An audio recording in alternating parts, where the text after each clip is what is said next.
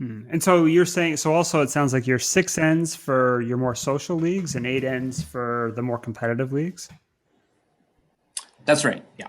And so is that like a new development? Because that's not common in a lot of places I've played. That sounds kind of be a bit of an innovation. Right. Well, the six end league. So that was something that we started when I started here at the Shamrock. That was one thing I wanted to key in on because I wanted to. So when I started here, when I was on the board, before I transitioned into management, we were at about 7 or 8 leagues. We had some nights where we total, some nights where we weren't even open. We might have a morning league with 4 of our 8 sheets being used, and then an evening league with 5 of 8.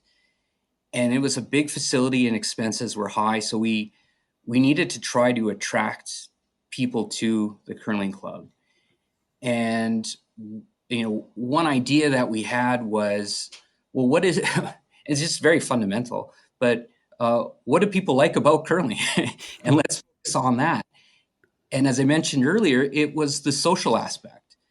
And what we tried to do is not just sell the sport of curling in the sense of just going out and playing in a cold surface for an hour and a half or 2 hours, but the entire experience of being at a curling club, which can include elevated food offerings, elevated bar offerings, a sense of community, a sense of belonging, and to package that all together into an experience that you can enjoy with your friends. As we know, all of us have busy schedules, and it's hard to get out for an evening. And if you are going to dedicate some of your social time out, you want to do it with people you enjoy being with. And what we tried to key in on with the six end leagues was it was a shorter period of time out on the ice, which enabled more time for people to enjoy one another's company off the ice. And that's been a formula. It's a very simple formula, but it's been really successful here. People like it. They don't want to stand in the cold for a very long time. They like curling, but they really like the social aspect. So that's something we've tried to foster and encourage here at the Shamrock, and it's been a formula that's worked quite well.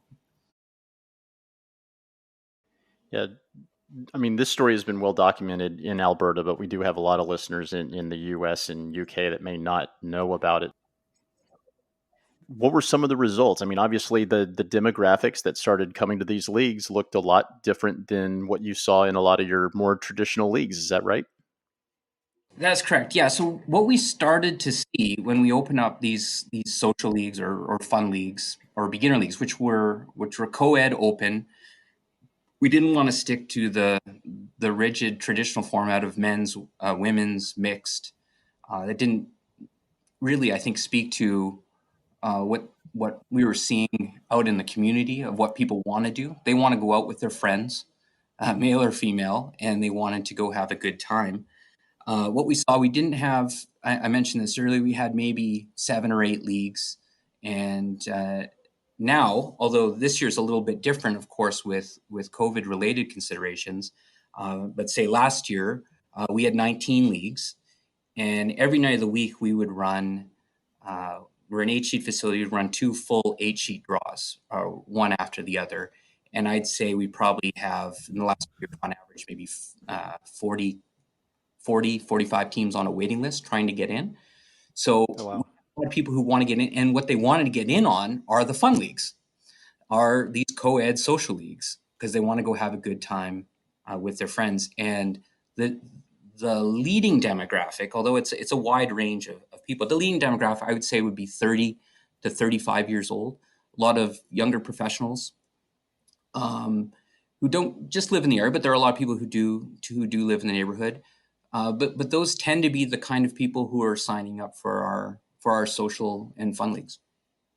I mean, it's one thing to make these changes, but it's certainly another to get the word out, especially with that demographic that you're talking about, the younger generation. In addition to shaking up the league formats, were there any marketing tactics that especially worked for you guys? We did what we could with social media at the time. So this is going back several years now. It seems like social media has become an even more pervasive force and motivating force in our lives. But certainly we did little things like update our website to make it a little more accessible. We did some advertising, although when we started out, we didn't have a lot of room in our advertising budget. I think what really helped it spread, and it sounds simplistic, but it was word of mouth. Mm-hmm. That people were having positive experiences here, and they were bringing their friends here to hang out, because this then became a place where they would want to go to spend their social time, and their friends would come, and then their friends would want to join, and it spread. I mean, it's hard. I don't have any quantitative data as to where everyone found out about the Shamrock or stuff like that, but it seemed like word of mouth was a real strong motivating force. So we would do, uh, you know, a couple things we do here, which are a little bit unique, I guess, is we don't have it this year because of COVID related concerns, but we have a mug board where you can have your beer mug. It's hanging up on a wall with your name on it, and then that's your mug for the year. And it's a small thing, but it helps people feel like they belong to a community. That's my place. It was a very simple matter of just engraving a name on a beer mug. We started with, I just wanted to do it with some friends of mine, and so we had 10 up, and then more people wanted it, and now I think there's about 50, 160 mugs up on our wall, tastefully Oh up, wow. and there's also a waiting list to get on the mug board.